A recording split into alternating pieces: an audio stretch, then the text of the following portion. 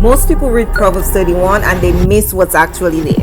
You've been reading it like a checklist, but it's not. This wasn't even written to a woman.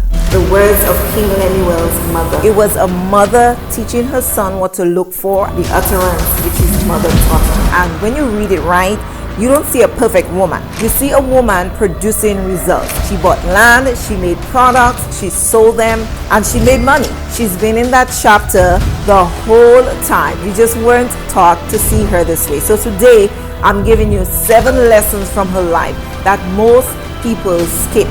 And number 4, you don't want to miss that one. Deceitful. Hi, I'm Dr. Rachel, and I've seen this so many times. A woman, gifted, creative, sits across from me, and her life looks fine. Everything looks fine on the outside. She loves God. She has so many ideas. But on the inside, she's restless, she's confused, and she keeps starting things and stopping, stopping, second guessing, stopping, starting. You get the point. So she feels like something is off, like she's circling the same mountain year after year. And she's tired, not tired of God, but tired of feeling like she's missing something that she can't quite name. Can I tell you something? That feeling is not a flaw. That feeling is a sign. I believe it is a signal. And the Proverbs 31 woman, the real one, has something to say to you today.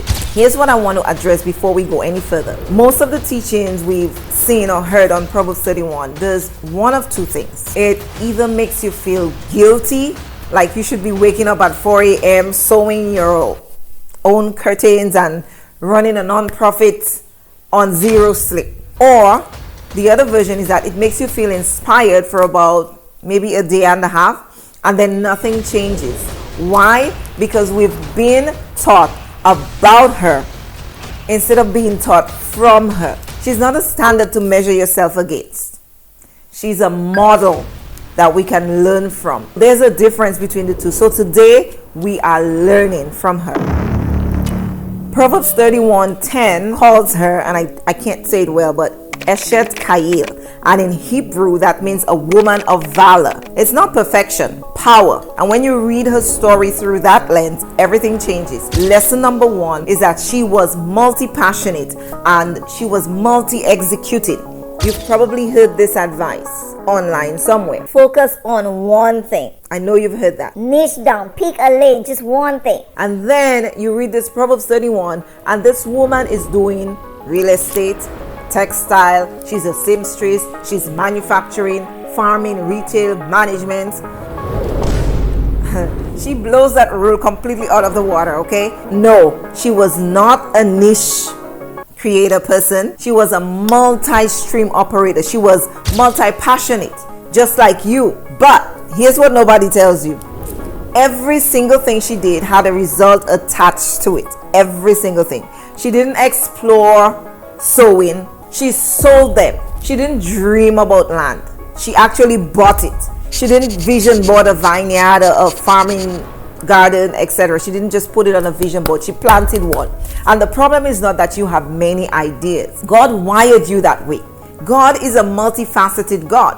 The problem is you are collecting the ideas instead of completing them. She wasn't just multi-passionate. She was multi-executing.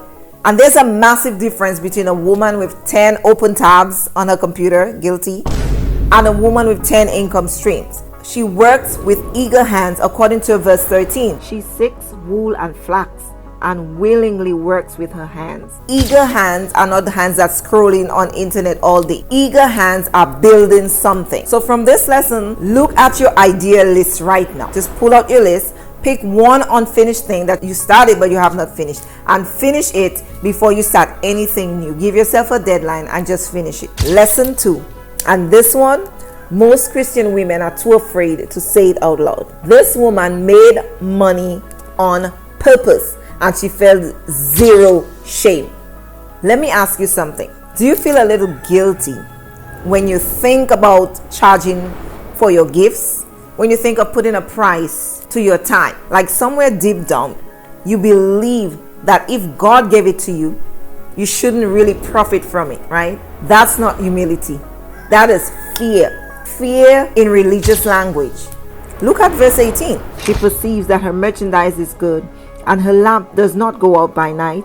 She sees that her trading is profitable. So she checked her profit, she cared about her profit, and then she celebrated when her trading was profitable. And the Bible doesn't correct her for doing it. So in fact, verse 24 says she sold her linen garments to merchants. She didn't give them away, guys. She didn't apologize for her prices. She traded. Money shame is one of the biggest reasons Christian women stay broke. God is not glorified by your financial struggle. He is glorified when you steward well what He has placed inside of you in your hands. And that includes charging what your work is worth. Go ahead and name the number. What is your price? What is your offer worth? Write it down and stop apologizing for charging. Lesson number 3. She moved without waiting for permission. How many times have you said this? I'm waiting for a sign. I'm waiting until I feel ready. I'm waiting for confirmation. Waiting. Look at Proverbs 31 verse 16 closely. She considers a field and buys it. She doesn't consider a field and consider. She considered it, yes. But then she bought it. And then she planted. So there's no verse that says she waited for someone to tell her that she was ready. She looked at the situation, she assessed it, she acted, she moved.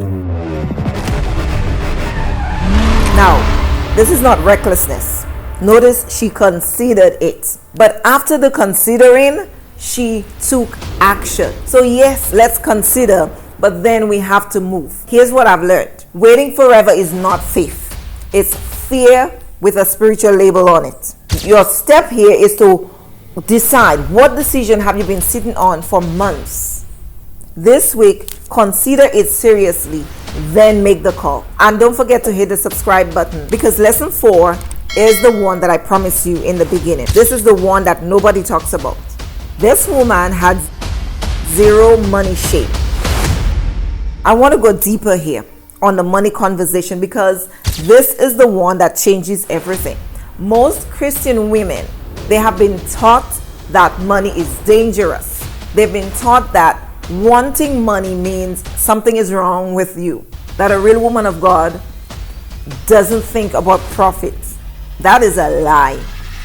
And it has kept generations of gifted women on the sidelines for too long. The Proverbs 31 woman, she didn't just make money, she invested it. Verse 16, from her profits she plants a vineyard. So she reinvested her profit into more growth. She thought like a business owner, not like someone wanting or waiting to be taken care of. She understood something most of us were never taught.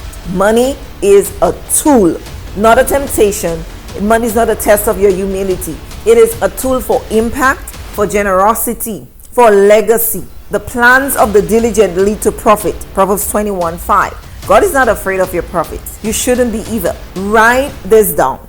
Making money is an act of stewardship. And read it every morning until you believe it. Lesson number 5. She knew who her customer was, and she didn't sell to everybody. The scripture tells us, verse 24, she makes linen garments and sells them. She supplies sashes for the merchants. Take note of that word. She supplies the merchants, not everybody. People who could pay.